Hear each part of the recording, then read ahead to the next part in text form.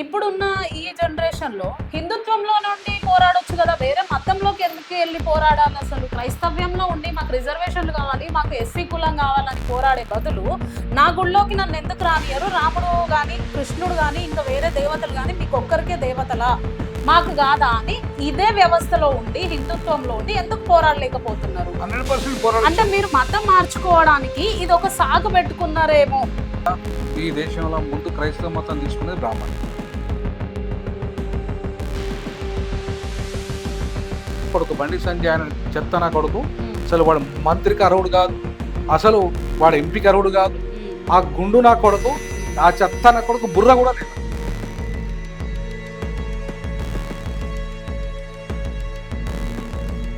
నీకు తండ్రితో సమానము తల్లితో సమానం మతం అంటే ఈ మతంలో నన్ను ఎందుకు అంటారు చూస్తారండి?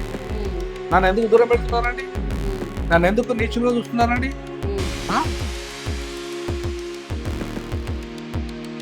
నా జాతులకు, నా దళిత జాతులకు బాబాసాహెబ్ అంబేద్కర్ నేను హిందూగా పుట్టాను కానీ హిందూగా మరణించను అన్నాడు. ఎందుకు?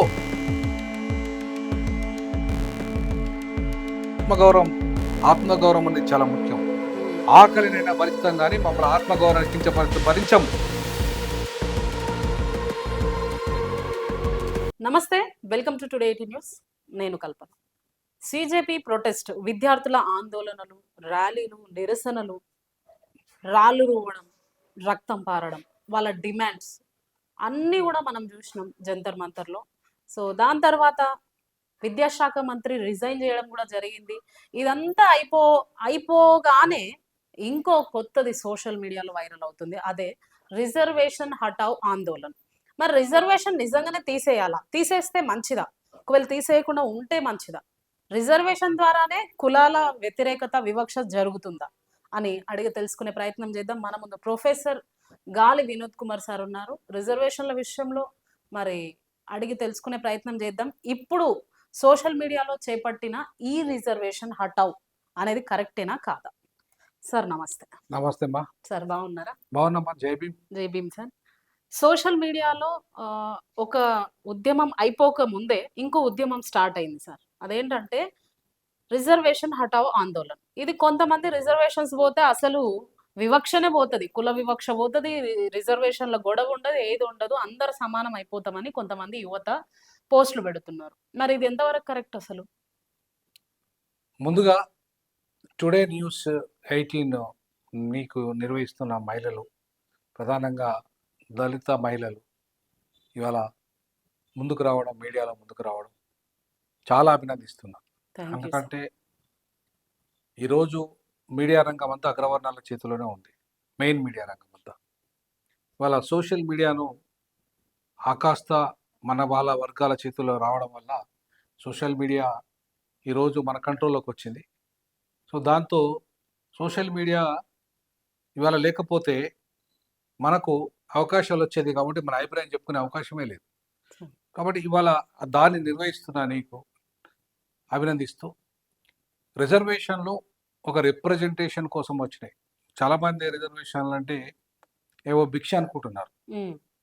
రిజర్వేషన్లు ఏదో అగ్రవర్ణాల భిక్ష, లేకపోతే కాంగ్రెస్ భిక్ష, బీజేపీ భిక్ష, రేవంత్ రెడ్డి భిక్ష, లేకపోతే మోడీ భిక్ష అనుకుంటున్నారు. అది తప్పు.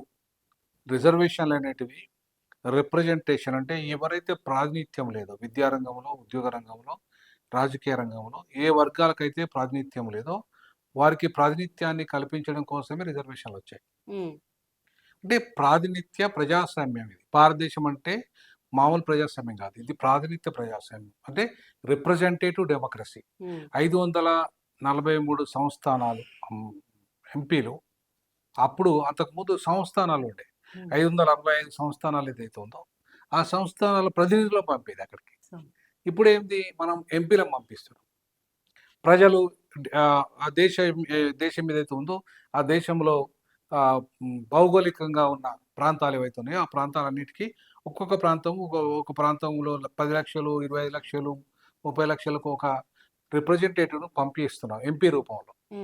దాన్ని అందుకే రిప్రజెంటేటివ్ గవర్నమెంట్ మనది, మన డైరెక్ట్ డెమోక్రసీ కాదు. డైరెక్ట్ డెమోక్రసీ అంటే ఏంది? డైరెక్ట్ డెమోక్రసీలో ఓటు ఉండదు. కొంతమంది ఆ, ఆ, నిర్ణయం మనకు ఓటు ఉంటుంది. ఆ ఓటు ద్వారా మనం ప్రజాప్రతినిధులు ఎన్నుకుంటాం. ఆయన డ్యూటీ ఏంటంటే మన యొక్క సమస్యల్ని పరిష్కరించడం, పార్లమెంట్లో చర్చించి పరిష్కరించడం. సో అందుకే ఈ ప్రాంతం రిప్రజెంటేషన్, ఇప్పుడు మన హైదరాబాద్ చూసుకుంటే ఈటల రాజేందర్ ఒక రిప్రజెంటేటివ్ మనకు. ఆ, ఆయన ముస్లిం, అతని పేరు అసదుద్దీన్ ఓవైసీ ఒక రిప్రజెంటేటివ్. సికింద్రాబాద్కి వస్తే కిషన్ రెడ్డి ఒక రిప్రజెంటేటివ్. సో ఈ రిప్రజెంటేటివ్స్ ఎందుకు పెట్టుకున్నాం మనము అంటే, ఈ కొన్ని లక్షల జనాభా 10 లక్షలకు ఒక రిప్రజెంటేటివ్గా 15 లక్షలకు ఒక దగ్గర. ఇప్పుడు మల్కాజిగిరి వస్తే 25 లక్షలు 45 లక్షలు పెద్ద జనాభా. సో ఆ రకంగా రిప్రజెంటేటివ్ డెమోక్రసీ కోసము ప్రాతినిధ్య ప్రజాస్వామ్యాన్ని కాపాడడం కోసమే ఇవాళ మనం రిజర్వేషన్లు పెట్టాము. మరి కొంతమంది యువత రిజర్వేషన్స్ తీసేస్తేనే బెటర్ అని రిజర్వేషన్స్ హటావో అనే ట్యాగ్లు పెడుతున్నారు కదా సార్.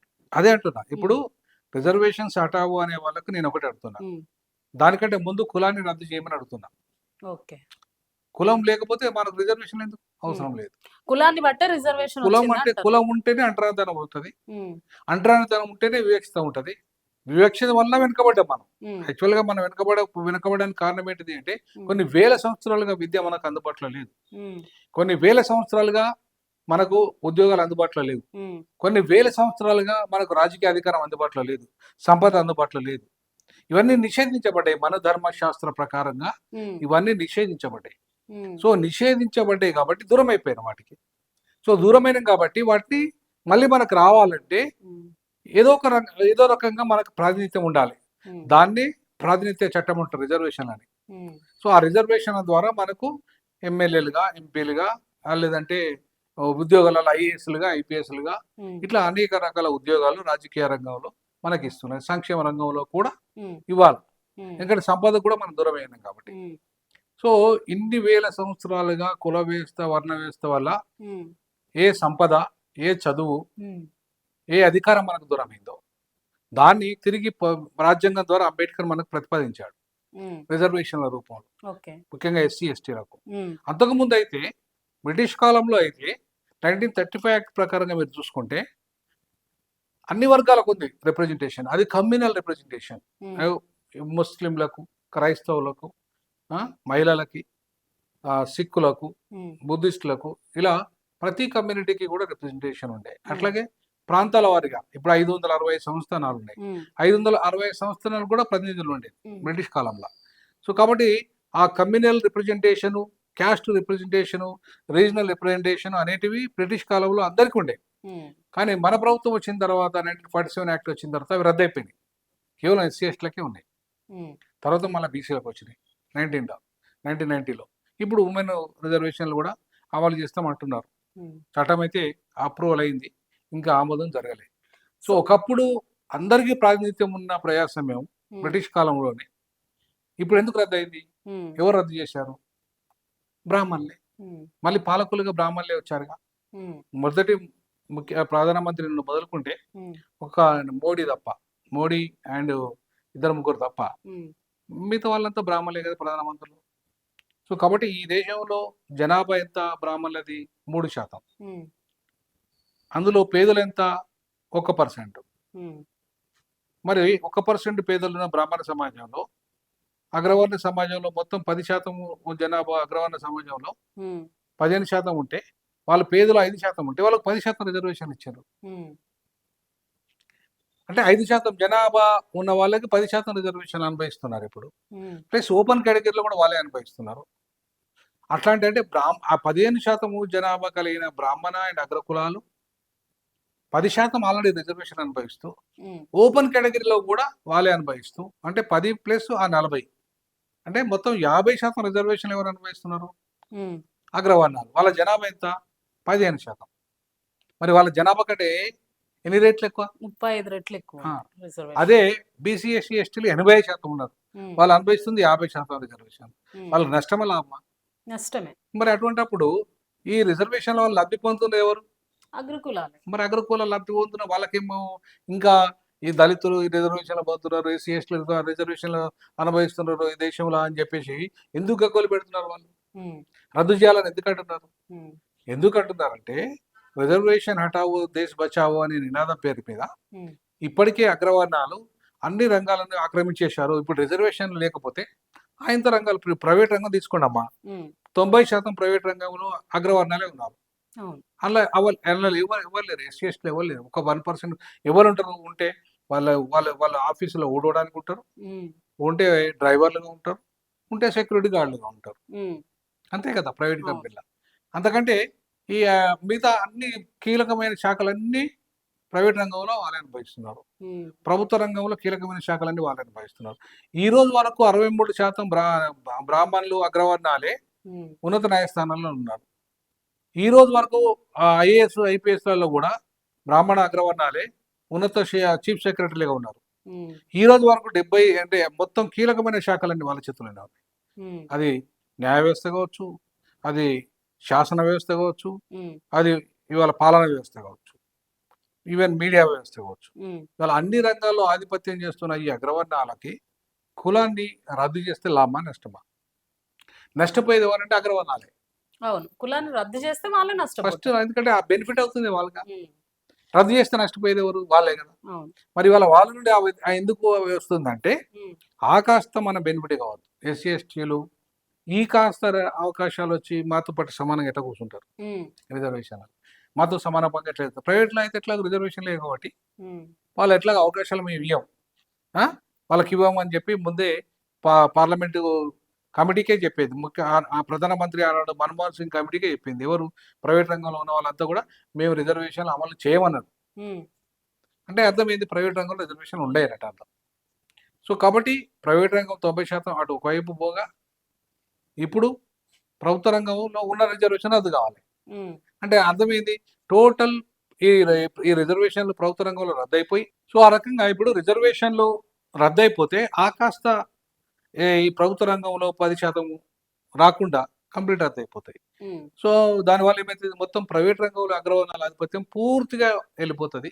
ప్రభుత్వ రంగంలో కూడా ఎప్పుడైతే ప్రభుత్వ రంగం రద్దు అవుతుందో ప్రైవేట్ రంగంకు కన్వర్ట్ అవుతుంది. సో ప్రైవేట్ రంగంగా కన్వర్ట్ అయితే ఇక ఉద్యోగాలకు 100% ఎవరు పోతాయి? అగ్రవర్ణాలకే పోతాయి. అంటే 100% ప్రైవేట్ రంగంలో రిజర్వేషన్లను పొందడానికి, అంటే రిజర్వేషన్ అనే పేరు ఉండదు అలా, కానీ వాళ్ళు మాత్రమే కబ్జా చేస్తారు ఇవి రద్దు అయితే. సో అందుకని రిజర్వేషన్స్ రద్దు చేయాలి అంతే. దీని కుట్ర వచ్చింది. దీని కుట్ర అదే. ఎందుకంటే ఆ కాస్త రిప్రజెంటేషన్ వీళ్ళకి దక్కదు. ఒకవేళ రిజర్వేషన్స్ తీసేస్తాము అని ఒకవేళ ఫర్ సపోజ్ సార్ కేంద్రం మాట ఇచ్చింది అనుకోండి, రిజర్వేషన్స్ తీసేయాలా ఫస్ట్, లేదంటే కుల నిర్మూలన జరగాలి? ఫస్ట్ కులాన్ని రద్దు చేయాలి. ఓకే. ఈ కులాన్ని రద్దు చేయకుండా రిజర్వేషన్లు రద్దు చేయమని చెప్పేసి దద్దమ్మలు, చవట దద్దమ్మలు ఇంకెవరైనా కావచ్చు, వాళ్ళకు ఒకటే ఇవాళ చెప్పదలుచుకున్నా నేను. మీరు ముందు ఈ దేశంలో ఇలా బడుగు బలహీన వర్గాలు మొత్తం ఎస్సీ ఎస్టీ బీసీ మైనార్టీలు వెనుకబడడానికి కారణం కుల వ్యవస్థ, వర్ణ వ్యవస్థ. వర్ణ కుల వ్యవస్థను ముందుగా రద్దు చేసిన తర్వాత రిజర్వేషన్లు రద్దు చేయమని చెప్పి అడగండి. అది రద్దు కాకుండా ఇవాళ రిజర్వేషన్ రద్దు చేయమనడం ఏంటంటే అది కుట్ర. ఎందుకు? ఈ రిజర్వేషన్ల పేరుతోనే బీసీ ఎస్సీ ఎస్టీలకు వాళ్ళకు రాజకీయ రంగంలో అవకాశాలు వస్తున్నాయి, విద్యారంగంలో అవకాశాలు వస్తున్నాయి, ఉద్యోగ రంగంలో అవకాశాలు వస్తున్నాయి, ఆ విధంగా సంక్షేమ రంగంలో అవకాశాలు వస్తున్నాయి. సో ఇవన్నీ రద్దు కావాలంటే రిజర్వేషన్ రద్దు కావాలి. అప్పుడేమైతుంది? ప్రైవేట్ రంగం 100% అయిపోతుంది, ప్రైవేట్ రంగం రిజర్వేషన్ ఉండవు. సో ఈ బడుగు బలైన వర్గాలకు అవకాశాలే ఉండవు ఇక. సో ఈ కుట్ర వాళ్ళ అగ్రవర్ణాలు చేస్తున్నారు కాబట్టి ఈ కుట్రను ఛేదించాలంటే ముందు ఏం చేయాలి? కుల వ్యవస్థ రద్దు చేయాలి. రద్దు చేసిన తర్వాత పేదలను ఎంతమంది పేదలు ఉన్నారో చూడాలి, లెక్క తీయాలి, దేశమంతా లెక్క తీయాలి. అది మొత్తం అగ్రవర్ణాల నుండి మొదలుకుంటే ఎస్సీ ఎస్టీల వరకు అన్ని దేశ జనాభాలో అంతా పేదవాళ్ళు ఎంతమంది, ఉన్నతులు ఎంతమంది లెక్క తీయాలి. అప్పుడు పేదవాళ్ళకు అఫర్మేటివ్ యాక్షన్ రూపంలో రిజర్వేషన్లు ఇవ్వాలి. పేదవాళ్ళకి ఎవరు పేదలు, అది అగ్రవర్ణమైన నిమ్న వర్గమైన ఎవరైనా సరే పేదలే. అప్పుడు కులం పేరు చెప్తేనే ఎవరైతే కులం మళ్ళా కులం పేరు ఇవ్వడం చెప్పినా, అది అగ్రవర్ణం తిట్టినా జైలు వేయాలి, నిమ్న వర్గం తిట్టినా జైలు వేయాలి. కులం ఒకసారి రద్దయిన తర్వాత ఎవరిని తిట్టడానికి లేదా కులం పేరుతో. సో కాబట్టి అప్పుడేమైతే సమానత్వం తీసుకుపోతుంది, కుల వివక్షత చూపించడానికి వీల్లేదు. సో కాబట్టి అది రద్దు కాకుండా మీరు రిజర్వేషన్ రద్దు చేయడం అనేది కుట్ర. సో రిజర్వేషన్లకు వ్యతిరేకంగా ఎవరైతే పోరాటం చేస్తున్నారో ముందు వాళ్ళ కుల వ్యవస్థకు వ్యతిరేకంగా పోరాటం చేయాలి, కులాన్ని నిర్మూలించాలి, దానికి సంబంధించిన వర్ణాన్ని నిర్మూలించాలి. ఈ రెండు వర్ణ కుల వ్యవస్థను రద్దు చేయకుండా రిజర్వేషన్లు రద్దు అయ్యే అవకాశమే లేదు. ఒకవేళ రద్దు చేస్తానని ఎవడన్నా సరే అన్న వెధవను మనం చెప్పుతో కొట్టాలి. ఎందుకు ఈ మాట అనాల్సి వస్తుందంటే, నేను ఖచ్చితంగా ఒక ప్రొఫెసర్గా ఈ ఈ విషయాన్ని ఖచ్చితంగా నిలదీస్తాను నేను. ఈ నా నా జాతి ప్రజలు వేరే సంవత్సరాలుగా అంటరాని వాళ్ళుగా, నీచులుగా, ఊరవతల అన్ని రకాల అణచివేత అనుభవిస్తూ దుర్మార్గంగా ఈనాటి వరకు బాధలు పడుతుంటే అవేవి తెలవని విధవాలు, అవేవి పట్టింపు లేని విధవాలు ఇంత ఇవాళ అంత రిజర్వేషన్ రద్దు కావాలంటే ఎవడబ్బ జాగ్రత్త నీకు రిజర్వేషన్లు? మీ తాత సంపాదించిండ రిజర్వేషన్లు? గాంధీ వచ్చి తీసుకొచ్చిన రిజర్వేషన్లు, నెహ్రూ తీసుకొచ్చిన రిజర్వేషన్లు, పటేల్ తీసుకొచ్చిన రిజర్వేషన్లు, బ్రిటిష్ వాళ్ళు ఇచ్చినది రిజర్వేషన్ ఇచ్చింది బ్రిటిష్ వాళ్ళు. వీళ్ళు ఎవరు ఇయ్యలే మనకు రిజర్వేషన్. అసలు రిజర్వేషన్స్ ఎప్పుడు వచ్చినాయి సార్ మనకి? రిజర్వేషన్లు నేను చెప్తున్నా 1935 యాక్ట్ లోనే ఉన్నాయి. 1935 లోనే రిజర్వేషన్ ఉన్నాయి. మరి 1935 లో రిజర్వేషన్ ఉన్నప్పుడు మనకు స్వతంత్రం వచ్చింది 1947 లా. అవి కంటిన్యూ అయ్యాయి అంతే. అంతే తప్ప వీళ్ళు ఎవడు మనకు రిజర్వేషన్ ఇచ్చింది లేదు. ఈవెన్ ప్రత్యేక నియోజకవర్గాలు రావాలని అంబేద్కర్ 1932 లో కోరుకుంటే కూడా దీన్ని వ్యతిరేకించారు గాంధీ. కానీ ఇచ్చింది ఎవరు? ప్రత్యేక నియోజకవర్గాలు బ్రిటిష్ వాళ్ళే. ఈ రిజర్వేషన్ ఇచ్చింది ఎవరు? బ్రిటిష్ వాళ్ళు. మరి నీ ఏ జాగ్రత్త, వాడే ఏ జాగ్రత్త, ఎవడే జాగ్రత్త? రిజర్వేషన్ల గురించి మాట్లాడే హక్కు మీకు ఎక్కడిదిరా? కుల వ్యవస్థ రద్దు కాకుండా, వర్ణ వ్యవస్థ రద్దు కాకుండా, భూములు వంచకుండా, మీ దగ్గర అన్ని భూములు ఉన్నాయి, మీ దగ్గర ఎన్ని పరిశ్రమలు ఉన్నాయి, మీ దగ్గర ఎంతమంది సినిమా హీరోలు ఉన్నారు, సినిమా ఇండస్ట్రీలో మీరున్నారా? మేమున్నామా? పారిశ్రామికవేత్తలుగా మీరున్నారా? మేమున్నామా? అట్లాగే భూమి మీ చేతిలో ఉందా? మా చేతిలో ఉందా? అధికారం మీ చేతిలో ఉందా? మా చేతిలో ఉందా? ఎవడి చేతిలో ఉంది? ఇవన్నీ పంచండి రా ముందు. ఇవన్నీ పంచండి. పంచిన తర్వాత రిజర్వేషన్ రద్దు చేయండి. మీ దగ్గర ఉన్న భూమి పంచండి, మీ దగ్గర ఉన్న సంపద పంచండి, మీ దగ్గర ఉన్న బంగారం పంచండి, మీ దగ్గర ఉన్న ఏంటి పరిశ్రమలు పంచండి, ఫార్మా రంగం పంచండి, రియల్ ఎస్టేట్ రంగం పంచండి. తర్వాత రిజర్వేషన్ రద్దు చేయమండి. చేయగలుగుతారా? అంత దమ్ము ఉందా ఈయన కొడుకులకు? ఇలా భూమి పంచే దమ్మే లేదు వాడికి. 24 లక్షల ఎకరాల భూమి పాపం గరీబీ హఠావో నినాదంతో ఇందిరాగాంధీ పంచితే ఈ తెలంగాణ రాష్ట్రం, ఈ ఉమ్మడి ఆంధ్రప్రదేశ్ లో ఇప్పుడు 20 లక్షల ఎకరాలు కూడా మన చేతుల్లో లేవు. మరి ఏమైనా భూమి ఇవాళ కోట్ల రూపాయలు హైదరాబాద్ చుట్టుపక్కల రంగారెడ్డి జిల్లా, ఈ గ్రేటర్ హైదరాబాద్ మున్సిపాలిటీ పరిధిలోనే దాదాపుగా 6 లక్షల ఎకరాల భూమి కబ్జా చేశారు మన వాళ్ళని. 6 లక్షల ఎకరాల భూమి ఒక ఎకరానికి 1 కోటి రూపాయలు అనుకున్న 6 లక్షలు అంటే 6 లక్షల కోట్లు అయ్యేదిగా. మరి ఆ సంపద మనకు రావాల్సిన సంపద దోపిడీ చేసింది ఎవడు? అగ్రవర్ణాలే కదా. సో మన భూమి దోపిడీ చేశారు, మన సంపద దోపిడీ చేశారు, మనకు నిల్వ నీడలు చేశారు. ఇవాళ రిజర్వేషన్ ఆకాశ రిజర్వేషన్ రద్దు కావాలంటున్నారు. ఎవడబ్బా జాగ్రత్త ఈ దేశం? ఎవడి వల్ల వచ్చిందా ఈ దేశం?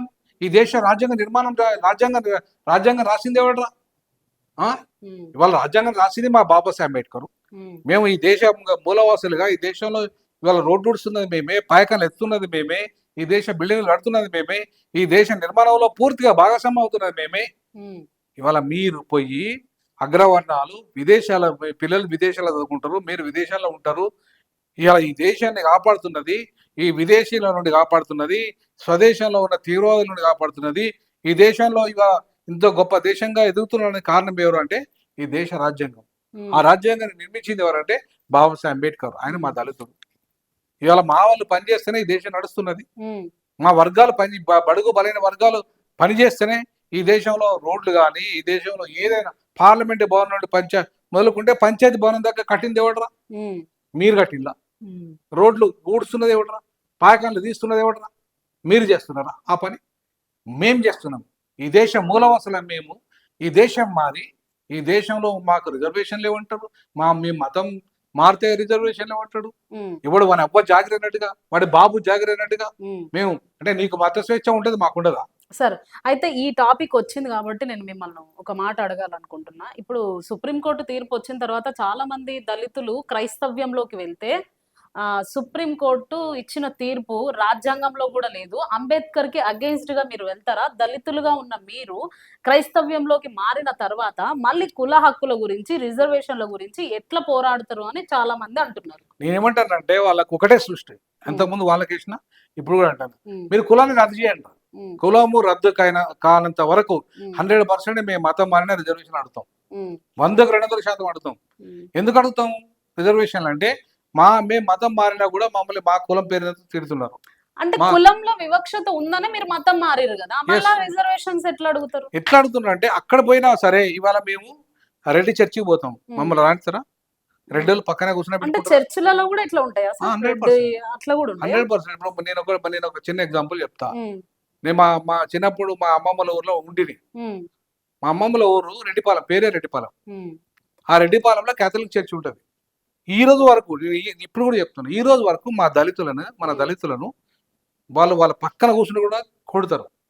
క్రిస్టియన్సే. క్రిస్టియన్సే, వీళ్ళు ఉమ్, క్రిస్టియన్ వాళ్ళు క్రిస్టియన్. ఓకే. వాళ్ళ పక్కన కూర్చుంటే కూడా చెప్తాను కొడతారు. మరి మతం ఎందుకు మారాలి? నేనేమంటున్నానంటే ఉమ్, మతం ఎందుకు మారాలనే ఒక ప్రశ్న ఎందుకు వచ్చిందంటే, ఉమ్, ఇవాళ కాస్త ఇప్పుడు మనం ఇక్కడ కూర్చుంటాను ఈడ, ఉమ్, ఉమ్, అదే రెడ్డిలు అక్కడ కూర్చుంటున్నారు, ఉమ్, ఇంకో కులం వేరే దగ్గర కూర్చుంటుంది. ఉమ్. కనీసం కూర్చునే పరిస్థితి అయినా లోపలికి దాకా పోయే పరిస్థితి అయినా ఉంది ఎక్కడ? క్రిస్టియానిటీలో. క్రైస్తవ్యంలో. ఓకే. కానీ అది రామాలయంలో లోపలికి పోతావా? ఉమ్. పోనితరాని అంటే ఇప్పటికి కూడా ఉందా సార్ ఆ వివక్ష? ఇప్పటికీ ఉంది, ఉమ్, ఇప్పటికీ ఉంది రామాలయంలో. ఉమ్, నిన్నగాక మొన్న ఉమ్, ఇక్కడే షాబాద్ దగ్గర, ఈ శంషాబాద్ దగ్గర ఏదో గ్రామంలో ఉమ్, సర్పంచ్ని రానియలేదమ్మా ఇక శ్రీరాముల కళ్యాణం చేయడానికి. ఉమ్, కళ్యాణం చేసేది ఎవరు? ఉమ్. ఊరు సర్పంచ్ చేయాలి. అవును. కానీ ఊరు సర్పంచ్ని రానియాలి అక్కడికి, ఎందుకు? దళితులని. ఉమ్, అంటే రామాలయాన్ని ఇవాళ దళితులు లోపలికి వస్తే మైలపడతాడు రాముడు. ఉమ్, సో కాబట్టి దళితులు రావద్దు. రామాలయం కాకుండా ఇంకే ఆలయం కూడా అంతే, ఉమ్, అగ్రవర్ణాల దేవతలు ఉండే ఏ ఆలయం కూడా నిషిద్ధమే కదా. ఉమ్, మరి అట్లాంటప్పుడు కనీసం లోపలికి కూడా రాని పరిస్థితులలో ఉమ్, వీళ్ళు లోపలికి, బ్రిటిష్ వాళ్ళు ఎవరో ఉన్నారో ఉమ్, అప్పుడు వాళ్ళ కాలంలో ఉన్న చర్చిలలో ప్రాబ్లం లేదు. ఉమ్, అప్పుడు వాళ్ళంతా దగ్గర తీసిండ్రు. వాళ్ళ కుల పట్టింపు లేదు, ఎందుకంటే వాళ్ళ దేశంలో కులం లేదు కాబట్టి. ఉమ్, కుల పట్టింపు లేదు కాబట్టి ప్రేమగా ప్రేమించారు.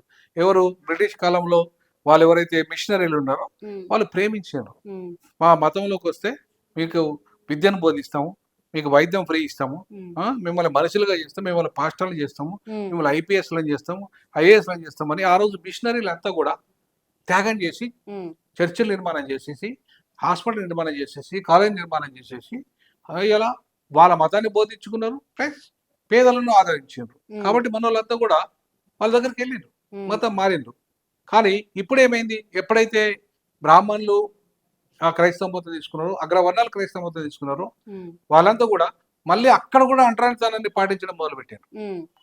బ్రిటిష్ వాళ్ళ చేతిలో ఉన్నంతకాలం ప్రాబ్లం లేదు, ఓకే, అందరు సమానంగా ఉంటుంది. అందరు సమానంగా ఉండే. ఉమ్, కానీ ఎప్పుడైతే మన వాళ్ళ చేతుల్లోకి స్వతంత్రం వచ్చిన తర్వాత ఉమ్, చేతులకు వెళ్ళిపోయిందో ఉమ్, అప్పటి నుండి మళ్ళీ వివక్షత చర్చిలలో కూడా మొదలైంది. ఉమ్, సో కాబట్టి నేను మా అమ్మ ఊళ్ళో విషయం ఎందుకు చెప్తున్నా అంటే, ఉమ్, అక్కడ ఎక్కడి దాకా పోయిందంటే ఆ మేము దళితులు అనేవాళ్ళు సపరేట్గా వాళ్ళ వాడలో ఉమ్, సపరేట్గా ఆ, మళ్ళీ అదే సేమ్ యేసుక్రీస్తు చర్చ్ నటించుకున్నారు ఉమ్, సపరేట్గా.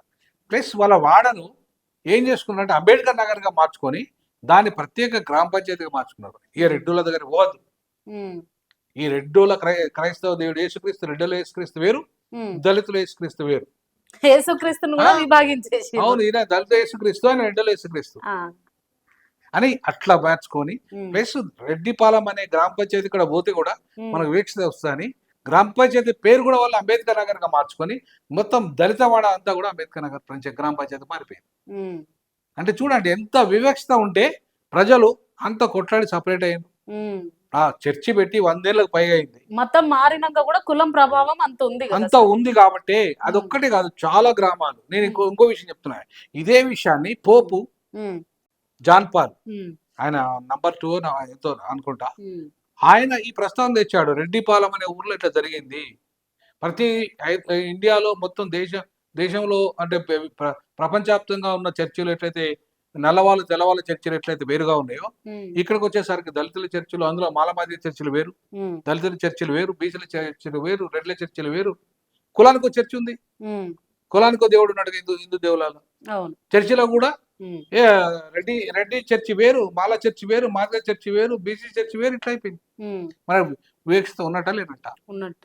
సో కాబట్టి వివక్షత ఉన్నంత కాలము ఖచ్చితంగా క్రైస్తవ మతం మారినంత మాత్రాన వివక్షత పోదు. కాబట్టి రిజర్వేషన్లు ఏమంటున్నాం. అయితే మీరు రిజర్వేషన్స్ కోసం డిమాండ్ చేస్తారు కదా సార్. ఇప్పుడు దళితులు ఉన్నారు, దళితులు మతం మార్చుకున్నారు. అయితే ఈ దళితులకి రిజర్వేషన్స్ ఆల్రెడీ ఎస్సీ కోటాలో వస్తున్న రిజర్వేషన్సే కావాలి అనుకుంటున్నారా, లేదంటే దళిత క్రైస్తవులకు ప్రత్యేకంగా రిజర్వేషన్స్ కావాలనుకుంటున్నారా?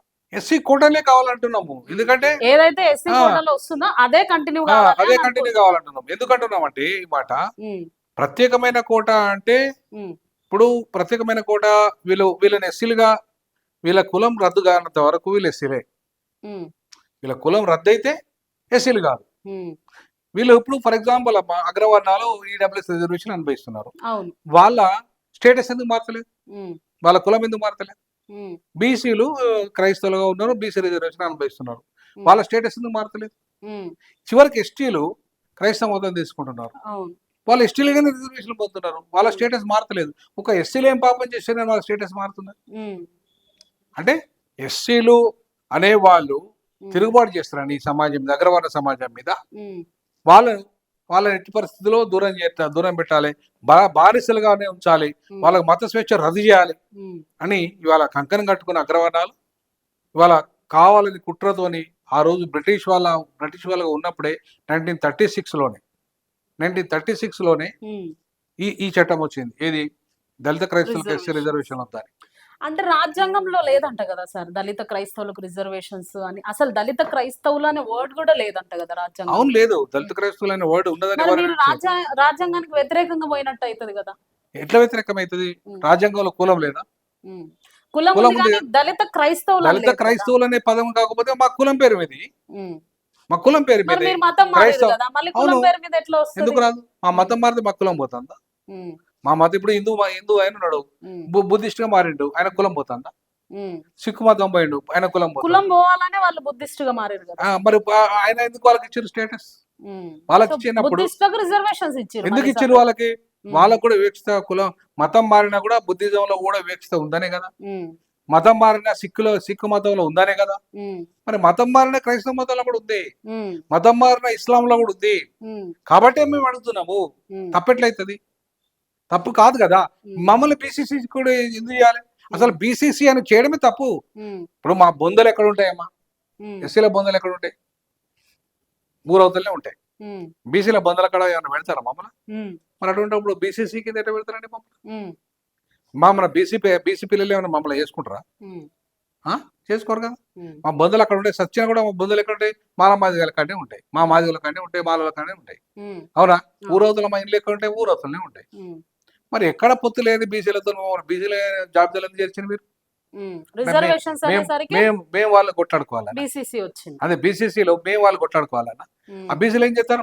మీరు ఎవడన్నా మా దళితులు మా దగ్గరికి రావడానికి, కానీ ఇప్పటికే వాళ్ళు బీసీసీలో పెట్టినందుకే ఉమ్, అసలు బీసీసీలు ఎట్లా పెడతారని చెప్పేసి బీసీలు అంటున్నారు. ఉమ్, కరెక్టే కదా. మరి ఉమ్, మనకు ఏం సంబంధం బీసీలతో? ఉమ్, బీసీలకు దళితులు ఒక్కటే ఏమన్నా కాదు కదా. ఉమ్, మరి అట్లాంటప్పుడు బీసీసీ, మరి అట్లాంటే ఓసీలను కూడా బీసీసీ కింద మార్చురి, ఉమ్.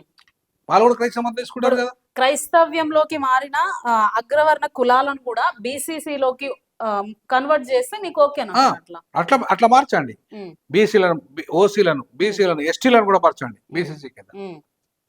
అప్పుడు ఎస్టీలను మీరు యాక్సెప్ట్ చేస్తారు. చేస్తాం, ఎందుకు చేయము? ఉమ్, ఇప్పుడు అందరికీ సమన్వయమైనప్పుడు ఉమ్, వీళ్ళకు వీళ్ళ జనాభా కూడా పెరుగుతుంది. అప్పుడు ఉమ్. అందరు జనాభా కలిపి రిజర్వేషన్లు పెంచండి శాతం, అప్పుడు 1%. బీసీసీకి రిజర్వేషన్స్ ఉండవు కదా. ఎందుకుంటే ఇప్పుడు ఉంది కదా. ఉమ్, ఇప్పుడు మమ్మల్ని ఒక్కరిని కాకుండా, దళితులను ఒక్కరు కాకుండా ఉమ్, బీసీలను అలానే ఆ కేటగిరీలో పెట్టండి, ఉమ్. ఓసీలను ఆ కేటగిరీలో పెట్టండి, Oh, ఎస్టీలను తీసుకొచ్చి ఆ కేటగిరీలో పెట్టండి. yes. ఉమ్, పెట్టినప్పుడు ఏమవుతుంది? జనాభా పెరుగుతుంది. ఉమ్, పెరిగినప్పుడు ఏమవుతుంది? ఆ రిజర్వేషన్ కూడా పెంచాల్సి వస్తుంది. ఉమ్, సో పెరిగిన జనాభాకు అనుకూలంగా రిజర్వేషన్లు పెంచు. ఉమ్, అంటే మమ్మల్ని దళితులను మాత్రము బీసీసీ కింద మార్చి, ఉమ్, ఉమ్, మమ్మల్ని తక్కువ చూపు చూసి, ఉమ్, మాకు మధ్యలో, అంటే మేము ఇప్పుడు ఫర్ ఎగ్జాంపుల్ మా తమ్ముడు హిందూ అనుకో, ఉమ్, నేను క్రైస్తవుని అనుకో, లేదా నేనే హిందూ ఆయనే క్రైస్తవుడు అనుకో. ఉమ్. ఇప్పుడు తమ్ముడు హిందూ అయినంత మాత్రాన తమ్ముడు ఎస్సీగానే ఉంటాడు, తమ్ముడికి రిజర్వేషన్స్ వస్తాయి. తమ్ముడికి రిజర్వేషన్ ఉంటుంది. నేను అన్నాను, నేను క్రైస్తవ మతం తీసుకోగానే నా కులం పోతుందా? ఉమ్. పోతుంది, నీకు రిజర్వేషన్ రాదు. రాదు. నా తమ్ముడు నా మీద కేసు వేస్తాడు బీసీసీ కింద, ఉమ్. ఎస్సీ ఎస్టీ అట్రాసిటీ కేసు వేస్తాడు. నడుస్తుంది. అట్లా నడుస్తుంది. అదెట్లా రాజ్యాంగబద్ధం అయితే? ఆయన హిందూ అంటే ఎస్సీలో ఉన్నారు కదా, మీరు హిందూ కాదు క్రైస్తవ్యంలో నా కులం మారలేదు కదా, నా సొంత తమ్ముడేగా, నా కుటుంబంలో. ఫర్ ఎగ్జాంపుల్ మా అమ్మ ఉంది, ఆమె క్రిస్టియన్, మా ఆవిడ హిందూ, నేను బుద్ధిస్టు, మా కుటుంబం. ఇప్పుడు మా కుటుంబం తీసుకుందాం. ఇప్పుడు మా తమ్ముడు వాళ్ళు క్రైస్తవ మతం ఉంది, వాళ్ళు అంటే మా రిలేటివ్ చాలా మంది క్రైస్తవులు ఉన్నారు. వాళ్ళంతా కూడా ఇవాళ మా మీద కేసు వేయాలనా? ఉమ్. మేము వాళ్ళ మీద కేసులు వేయాలా? మా ఏదైనా గొడవలు మా అయితే ఆవిడ వేయొచ్చు. మా ఆవిడ హిందూ, వాళ్ళ మీద కేసు వేయాలా? ఉమ్, లేకపోతే నేను బౌద్ధిస్టుని, వాళ్ళ మీద కేసు వేయాలా? ఉమ్, ఇది ఎంతవరకు సమంజసము? ఉమ్, ఇది ఏ చట్టబద్ధంగా, ఏ చట్టము, ఏ శాస్త్ర ప్రకారంగా సమానత్వ సిద్ధాంతం అవుతుంది? ఉమ్. సార్ అయితే ఇప్పుడు రెడ్డి మతం మార్చుకుంటే అది ఎవరు పట్టించుకోవడం లేదు. ఒక బ్రాహ్మణ్ మతం మార్చుకుంటే అది క్రైస్తవ్యమైన ఇస్లామిక్ తీసుకున్నా ఎవరు పట్టించుకోవడం లేదు. అవును, ఒక ఎస్సీ దగ్గరే ఇట్లా జరుగుతుంది అంటే దీని వెనుక రాజకీయ కుట్ర ఉంది అని అనుకోవచ్చు. 100% ఉంది అంటున్నా. రాజకీయ కుట్ర కాకుండా మత కుట్ర ఉంది. ఉంటే మత కుట్ర అయినా రాజకీయ కుట్ర అయినా దీని వెనకాల ఎవరు ఉండొచ్చు అనే అంచనా వేస్తారు. దీని వెనకాల బ్రాహ్మణవాదులు, మనవాదులు, దీని వెనకాల హైందవవాదులు, హిందువులు అన్నాను నేను. ఇప్పుడు హిందూ అనే పదమే వాళ్ళకు వర్తించదు బ్రాహ్మణులకు. త్రివర్ణాలు హిందువులు కాదు. బ్రాహ్మణ, క్షత్రియ, వైశ్య హిందువులు కాదు. వాళ్ళు హైందవులు, వాళ్ళు వైష్ణవులు. మేము హిందువులం. దళితులు, బీసీ, ఎస్సీ, ఎస్టీలంతా హిందువులు. ఈ దేశ ఒరిజినల్ మూలవాసులు. హిందూ అనే పదం సింధు అనే పదం నుండి వచ్చింది. సింధు అంటే నదీ నాగరికత, రివర్. ఆ రివర్ కల్చర్ నుండి పుట్టిన వాళ్ళం మేము. సో మా కల్చర్ అంతా డిఫరెంట్. వాళ్ళ కల్చర్ ఆర్యన్ కల్చర్, మాది ద్రవిడ కల్చర్. వాళ్ళు ఆర్య దేవతలను పూజిస్తారు, మేము ద్రవిడ దేవతలను పూజిస్తాం. మా దేవుడు శివుడు. సో కాబట్టి శివుని పూజించే కల్చర్ ఉన్న మా ప్రాంతం, మా ప్రజలు ఆది హిందువులు. ఈ దేశంలో హిందువుల మేము, వాళ్ళు కాదు. వాళ్ళు హైందవులు, వాళ్ళు వైష్ణవులు, మేము శైవులం, మేము హిందువులం. సో కాబట్టి అసలు వాళ్ళు ఎవరంటే నాకు అర్థం కాలే. మీరు హిందువుల గురించి మాట్లాడే నైతిక హక్కు మీకు ఎక్కడేది? అసలు ఈ దేశం మీది కాదు. మీరు విదేశాల నుండి వచ్చారు. బ్రాహ్మణులంతా విదేశీయులే, త్రివర్ణాలంతా విదేశీ సంతతి. మీరు ఎవరంటే నాకు అర్థం కాలేదు. ఈ దేశాన్ని పాలించే హక్కు మీకు లేదు. సో మీరు ఇట్లా అంటున్నారు సార్. కొంతమంది ఏమంటున్నారంటే క్రైస్తవులు బ్రిటిష్ వాళ్ళు, ముస్లిమ్స్ ఏమో పాకిస్తానీయులు, బంగ్లాదేశీయులు. అసలు ముస్లిమ్స్ క్రైస్తవులు భారతీయులు గానే కాదు అని వాళ్ళ వాదన.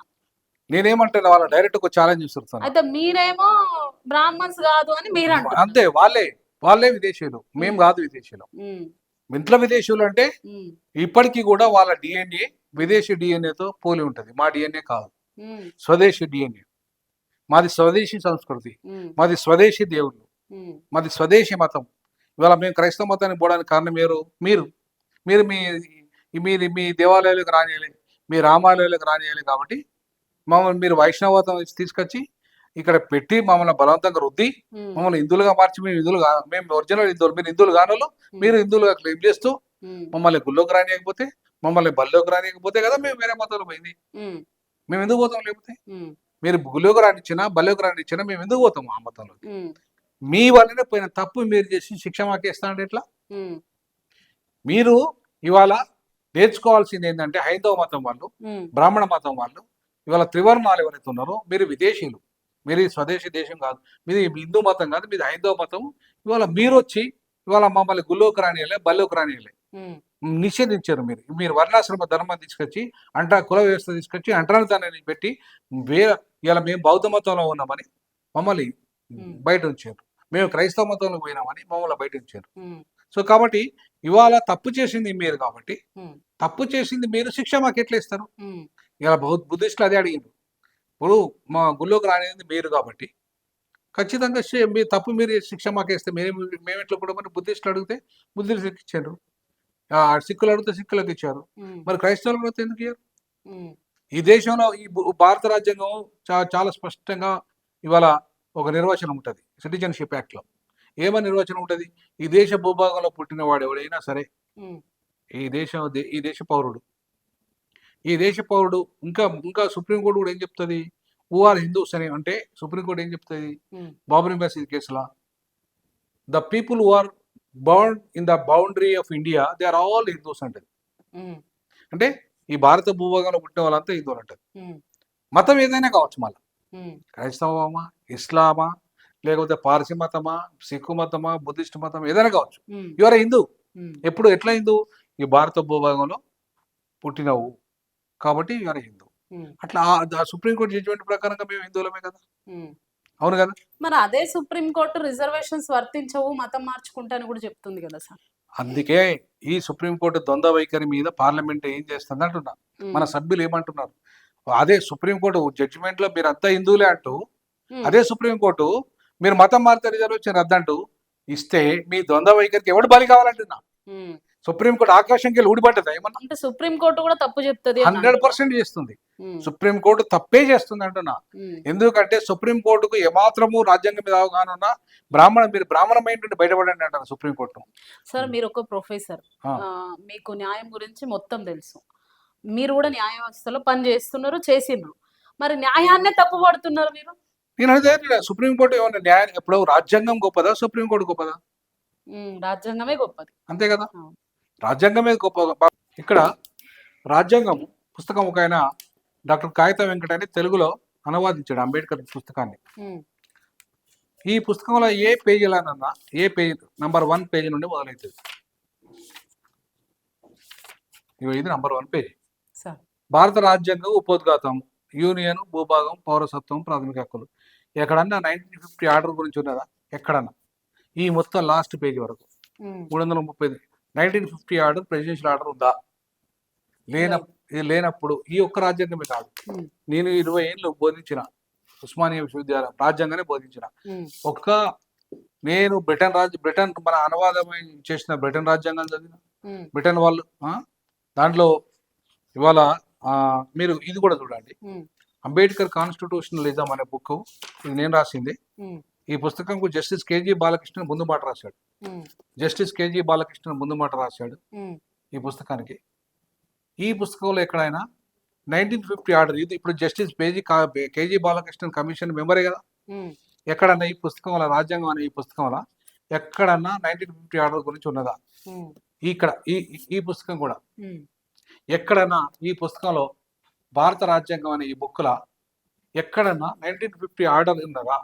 లేనప్పుడు అసలు దాని మీద సుప్రీంకోర్టుకు జడ్జిమెంట్ ఇచ్చే హక్కు ఎక్కడది అంటున్నా. ఓకే, జడ్జిమెంట్ ఇచ్చే హక్కే సుప్రీంకోర్టుకి లేదు.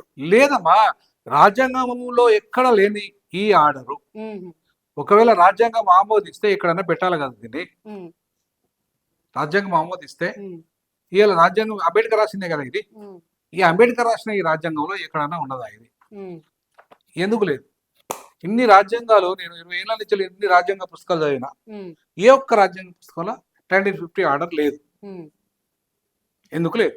ఉమ్, మీరు పార్లమెంట్ ఆమోదించింది కదా ఇదంతా, అంటే రాజ్యాంగ నిర్మాణ సభ ఆమోదించింది ఇదంతా, ఉమ్, అవునా? అవును. రాజ్యాంగ నిర్మాణ సభ ఆమోదించిన ఈ అన్ని అంశాలు ఉన్నాక ఉమ్, మరి అది ఎందుకు లేదు ఉమ్, రాజ్యాంగంలో? అంటే అది రాజ్యాంగ నిర్మాణ సభ ఆమోదించలేదు, ఉమ్, అక్రమంగా చొప్పించిండ్రు. ఉమ్, ఈ అక్రమంగా చొప్పించిన దాని మీదే ఇన్ని సుప్రీంకోర్టు జడ్జిమెంట్ వస్తే ఉమ్, మరి రాజ్యాంగంలో పొందుపరిచిన మత స్వేచ్ఛ ఏం కావాలి? ఉమ్, మరి దాని ఎందుకు మీరు రద్దు చేసిన? మాకు ఉమ్, అది మాకు అందరికీ సమానంగా మత స్వేచ్ఛ ఉన్నదని రాజ్యాంగం చెప్తున్నది. అవును. రాజ్యాంగం ఆర్టికల్ 25 ఉమ్, నుండి 28 వరకు ఉమ్, చెప్తుంది, చాలా క్లియర్ గా చెప్తుంది ఏంటంటే అందరికీ మత స్వేచ్ఛ ఉందని చెప్తుంది. ఉమ్, మరి మాకెందుకు మత స్వేచ్ఛ రద్దయింది? ఉమ్, దళితులకు ఎందుకు మత స్వేచ్ఛ రద్దయింది? మత స్వేచ్ఛ ఎట్లా రద్దయితుంది? మత స్వేచ్ఛ రద్దు కాలేదు కదా సార్. ఇక్కడ మీరు ఏ మతాన్నైనా స్వీకరించండి, కానీ రిజర్వేషన్స్ మాత్రం కులాన్ని బట్టి లేదు వస్తాయి కదా. ఇట్లా మత స్వేచ్ఛ ఎట్లా రద్దయిందంటే, ఉమ్, ఇవాళ మేము ఒక మతం తీసుకున్నాక రిజర్వేషన్ రద్దు చేసాం. ఉమ్, మిగతా వాళ్ళు ఎందుకు చేయలేదు? ఓకే. మిగతా వాళ్ళకి ఎందుకు చేయలేదు? అగ్రవర్ణాలకు వాళ్ళు క్రైస్తవ మతం తీసుకుంటే రిజర్వేషన్ ఎందుకు రద్దు కాలే? ఉమ్, ఇస్లాం తీసుకుంటే ఎందుకు రద్దు కాలే? అట్లాగే బీసీలు క్రైస్తవ మతం ఇస్లాం తీసుకుంటే ఎందుకు రద్దు కాలే? ఉమ్, చివరికి ఎస్టీలకు క్రైస్తవ మతం ఇస్లాం తీసుకుంటే ఎందుకు రద్దు కాలే? ఉమ్. మాకెందుకు రద్దు అయింది?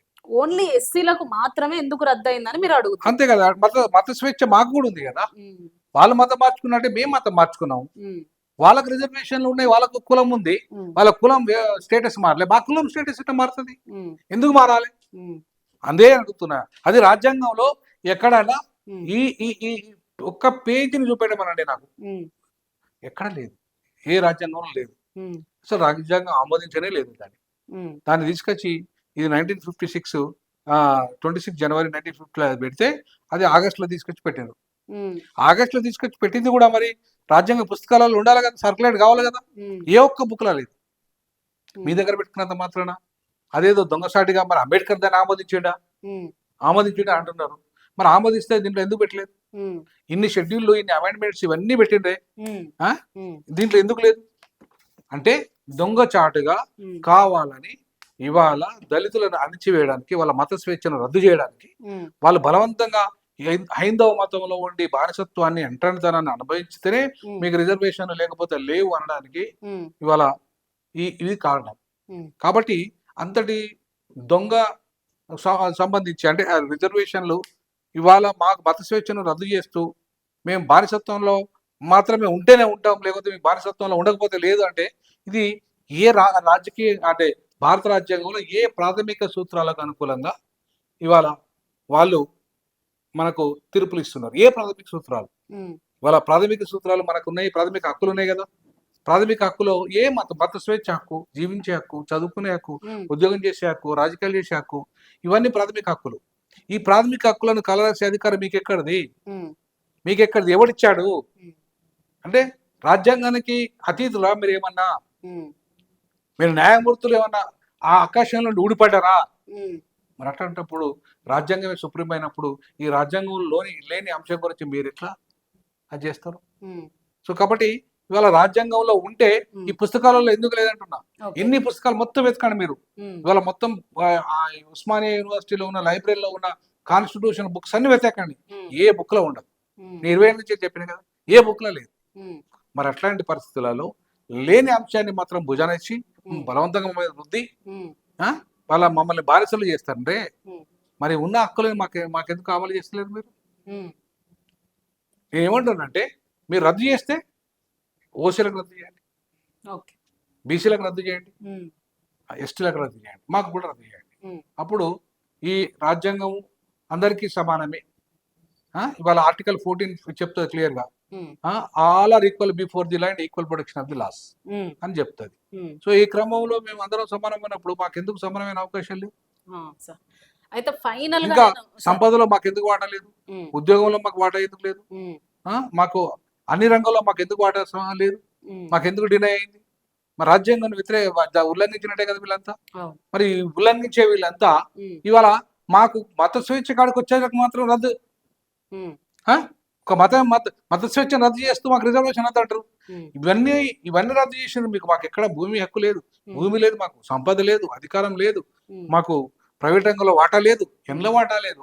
ఇవాళ మాకు కాస్త ఉన్న రిజర్వేషన్లు కూడా మీరు మతం మాత్రం రద్దంటే ఉమ్, అంటే మేము ప్రశాంతంగా ఒక మతం నేను బలవంతంగా నువ్వు తంతంటే నువ్వు అంటరాని వాడురా, నువ్వు రావద్దురా అంటే మేము గుళ్ళోకి రావాలా? ఉమ్, ఇది ఎక్కడి ధర్మం అంటున్నా, ఇది ఎక్కడి న్యాయం అంటున్నా, ఉమ్, ఇది ఎక్కడి రాజ్యాంగ నియమం అంటున్నా. ఉమ్, సో కాబట్టి ఖచ్చితంగా ఇవాళ పార్లమెంట్లో ఇవి చర్చ జరగాల్సిందే. అందుకే పార్లమెంట్లో చర్చ చేయడానికే, ఉమ్, పార్లమెంట్ మెంబర్ కావడానికే ఇంత దుర్మార్గం జరుగుతున్నా కూడా ఎవరు నోరు తెరుస్తలేదు. కాబట్టి నాలాంటి వాడు మాట్లాడడానికి నేను రాజకీయాలకు వచ్చా. 12 ఏళ్ల సర్వీసు, 3 లక్షల జీతాన్ని వదులుకొని ఉమ్. ఇవాళ రాజకీయాలకు రావడానికి ఏంటంటే నా సమాజానికి జరుగుతున్న అన్యాయాన్ని రేపు నేను పార్లమెంట్ మెంబర్గా ప్రశ్నించడానికే రాజకీయాలకు వచ్చాను. సార్ ఫైనల్ గా మీరు ఇందాక అన్నారు, అమ్మ నేను జైలు అవుతున్నా, ఇప్పుడు నాకు లైవ్ ఉంది 7 o'clock. ఒక క్వశ్చన్ సార్. సో ఫైనల్ గా ఒక క్వశ్చన్ సార్, ఏంటంటే ఇందాక మీరు అన్నారు గతంలో బ్రిటిష్ వాళ్ళు ఉన్నప్పుడు మేము మతంలోకి ఎందుకు పోవాల్సి వచ్చిందంటే గుడిలలోకి మమ్మల్ని రానివ్వరు కాబట్టి, కుల వివక్షత చూపిస్తున్నారు కాబట్టి మేము మతం మార్చుకోవాల్సి వచ్చింది. స్కూళ్ళలో కానీ గుళ్ళలో కానీ మమ్మల్ని రానియలేదు అవును. కాబట్టి మీరు మతం మార్చుకోవాల్సి వచ్చింది. సో అప్పుడు ఎదిరించేంత జ్ఞానం లేదో ధైర్యం లేదో ఏదో లేదు కాబట్టి బ్రిటిష్ వాళ్ళు వచ్చి ఆదరణ కల్పిస్తుంటే మీరు మతం మార్చుకోవడానికి అంగీకరించారు. మరి ఇప్పుడున్న ఈ జనరేషన్ లో హిందుత్వంలో నుండి పోరాడొచ్చు కదా, వేరే మతంలోకి ఎందుకు వెళ్ళి పోరాడాలి? అసలు క్రైస్తవ్యంలో ఉండి మాకు రిజర్వేషన్లు కావాలి, మాకు ఎస్సీ కులం కావాలని పోరాడే బదులు నా గుళ్ళోకి నన్ను ఎందుకు రానియరు? రాముడు గాని కృష్ణుడు గాని ఇంకా వేరే దేవతలు గాని మీకు ఒక్కరికే దేవతలా, మాకు కాదా అని ఇదే వ్యవస్థలో ఉండి హిందుత్వంలో ఉండి ఎందుకు పోరాడలేకపోతున్నారు? 100% పోరాడొచ్చు. అంటే మీరు మతం మార్చుకోవడానికి ఇది ఒక సాగు పెట్టుకున్నారేమో, క్రైస్తవులు అందరూ ఇవాళ మమ్మల్ని గుడులలోకి రానిస్తలేరు అనే సాకు పెట్టుకుంటున్నారు. ఇవాళ ఈ దేశంలో ముందు క్రైస్తవ మతం తీసుకునేది బ్రాహ్మణులు. వాళ్ళు ఎందుకు హిందూ మతంలో లేరు? మరి బ్రాహ్మణులకు వివక్షత లేదు కదా, ఎందుకు అదే కదా మీరు దళితులకు వివక్షత ఉంది కాబట్టి తీసుకున్నారు మతం అని అంటున్నారు కదా. ఇప్పటికీ కూడా వివక్షత ఉంది, ఇంకా ఉంది లేదని చెప్పానండి ఎవరన్నా? అదే సార్, ఉంటే మతం మార్చుకొని పోరాడే బదులు ఇదే మతంలో ఉండి పోరాడొచ్చు. ఎట్లా ఉంటావు నువ్వు? గుళ్ళకి రావద్దన్నాక మేము ఆత్మగౌరవం చంపుకోవాలా? మేము ఆకలినైనా భరిస్తాం కానీ ఆత్మగౌరవాన్ని మా చదువుస్తా అంటే అరే నువ్వు గులో అరే అంటరా నువ్వు గులోకి రావద్దురా అంటే నాకు నేను ఈ ఇల్లు ఖాళీ చేసి వేరే ఇంటికి పోయినప్పుడు కిరాయికి ఆఫీస్ కూడా పెట్టుకున్నప్పుడు మొన్న నేను 2 years బ్యాక్ 3 years బ్యాక్ ఒక రెడ్డి అయిన పక్కనే రెడ్డి అయిన ఇంటిని అడిగితే మీదేం కులం నా కులాన్ని తెలుసుకున్న తర్వాత నాకు ఇల్లు కిరాయి అన్నాడు. ఈయనన్నాడు.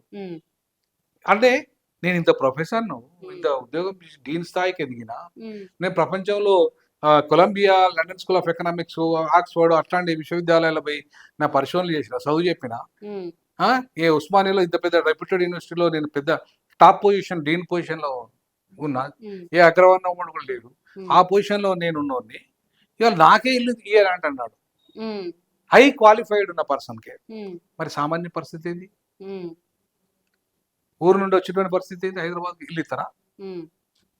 నాకే ఇల్లు అనేవాళ్ళు. అంటే ఇంకా కులం అనేది ఇంకా జాడ్యము కొనసాగుతుంది, అది కూడా హైటెక్ సిటీ హైదరాబాద్ లో. మరి గ్రామీణ పరిస్థితి ఏంది? గ్రామాల పరిస్థితి ఏంది? అక్కడ ఎట్లా ఉండాలి వివక్షత? ఎంత దుర్మార్గంగా ఉండాలి, ఎంత అణచివేత ఉండాలి అక్కడ. అంటే ఎదిరించలేక మతాన్ని మార్చుకోవాల్సి వస్తుంది అన్నట్టుగా చెప్తున్నారు మీరు. ఎదిరించలేక కాదు, ఇప్పుడు ఆత్మ గౌరవం కోసం పోతున్నారు, ఎదిరించలేక అనుకుంటున్నారు. అట్లంటే చాలా మంది నీకు దేవుడు అయినప్పుడు నాకు కూడా దేవుడే అవుతాడు కదా అని ఎందుకు నారాయణ గురు పోరాడింది అదే కదా. శ్రీనారాయణ గురు పోరాడింది. అందరూ అదే మతంలో బానిసత్వంలో ఎందుకు ఉండాలంటున్నాను నేను. ఇప్పుడు నీకు అగ్రవర్ణాలకు స్వేచ్ఛ, మత స్వేచ్ఛ ఉన్నాక నాకెందుకు లేదు? సో పోరాటం ఎందుకు? నా ఇష్టం వచ్చినట్టు నేను ఉంటా. 100% నాకు రాజ్యాంగం కల్పించిన మత స్వేచ్ఛని నేనెందుకు అనుభవించదంటున్నా. అయితే రీసెంట్ గా ఒకటి జరిగింది సార్, మతం మార్చుకుంటే తల్లిని మార్చుకున్నట్టే తండ్రిని మార్చుకున్నట్టే అని ఒక ఆయన పోస్ట్ పెట్టుకోవడం జరిగింది. మరి నిజంగానే మతం మార్చుకుంటే తండ్రిని మార్చుకున్నట్టేనా? ఎవరు వాళ్ళు? వాడు ఒక మూర్ఖుడు పోస్ట్ పెట్టినోడు. బండి సంజయ్ ఆయన పిలిచి సన్మానం కూడా చేసిండు. వీడొక మూర్ఖుడు, వీడొక చెత్తన కొడుకు. బండి సంజయ్ ఆయన చెత్తన కొడుకు. అసలు వాడు మంత్రికి అర్హుడు కాదు, అసలు వాడు ఎంపీకి అర్హుడు కాదు. ఆ గుండు నా కొడుకు, ఆ చెత్త నా కొడుకు బుర్ర కూడా లేదు వాడికి. లేకపోతే అట్లాంటి వాడిని సన్మానం ఏంటి చేస్తారండి? అది రాజ్యాంగ ఈ రాజ్యాంగ నియమాలకు విరుద్ధం కాదా? ఈ రాజ్యాంగం ఏం చెప్తుంది? ఇవాళ నీకు తండ్రితో సమానము, తల్లితో సమానం మతం అంటే ఈ మతంలో నన్ను ఎందుకు అడ్రాను చూస్తారండి? నన్ను ఎందుకు దూరం పెడుతున్నారండి? నన్ను ఎందుకు నీచులుగా చూస్తున్నారండి? ఆ విషయంలో నాకు ఆత్మగౌరవం ఉండదా?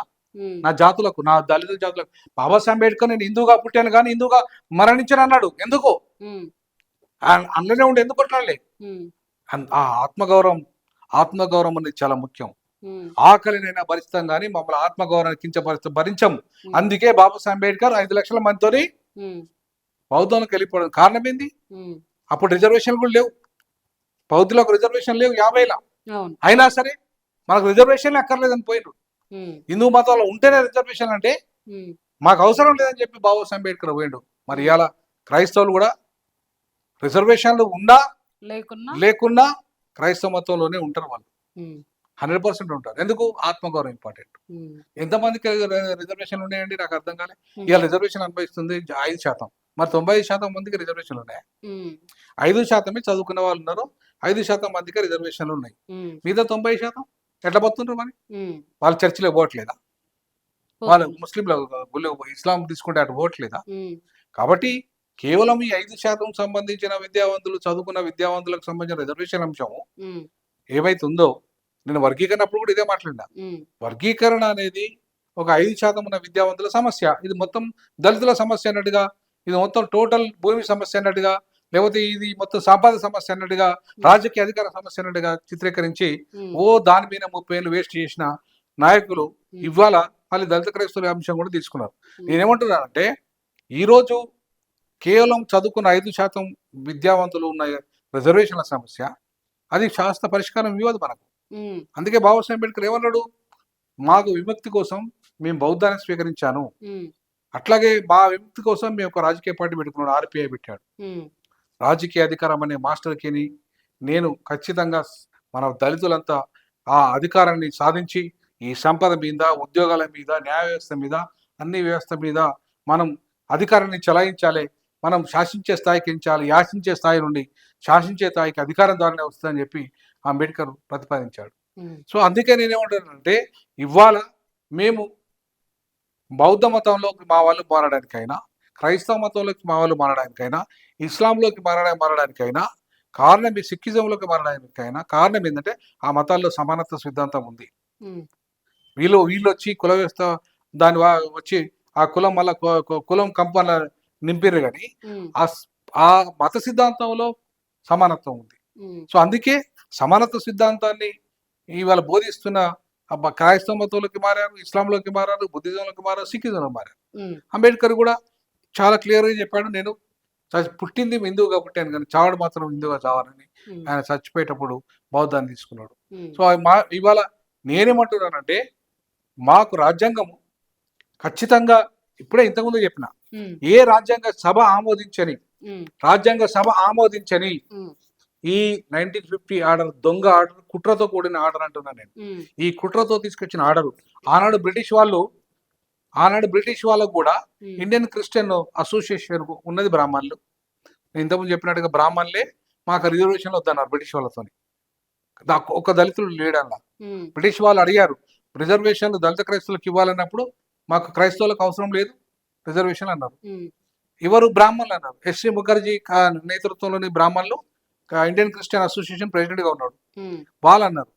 కానీ దళితులు ఒకళ్ళు లేనప్పుడు రిజర్వేషన్ ఒకవేళ ఆ స్థాయిలో దళితులు ఉంటే, ఆ నాయకత్వ స్థాయిలో దళితులు ఉంటే క్రైస్తవ మతంలో మా వాళ్ళు రిజర్వేషన్ కావాలంటారు. ఉమ్, కాబట్టి బ్రాహ్మణుడు చేసిన కుట్ర అక్కడ కూడా. ఉమ్, ఇది కూడా బాబు రాజేంద్ర ప్రసాద్ నెహ్రూ బ్రాహ్మణులు చేసిన కుట్రనే 1950 ఆర్డర్.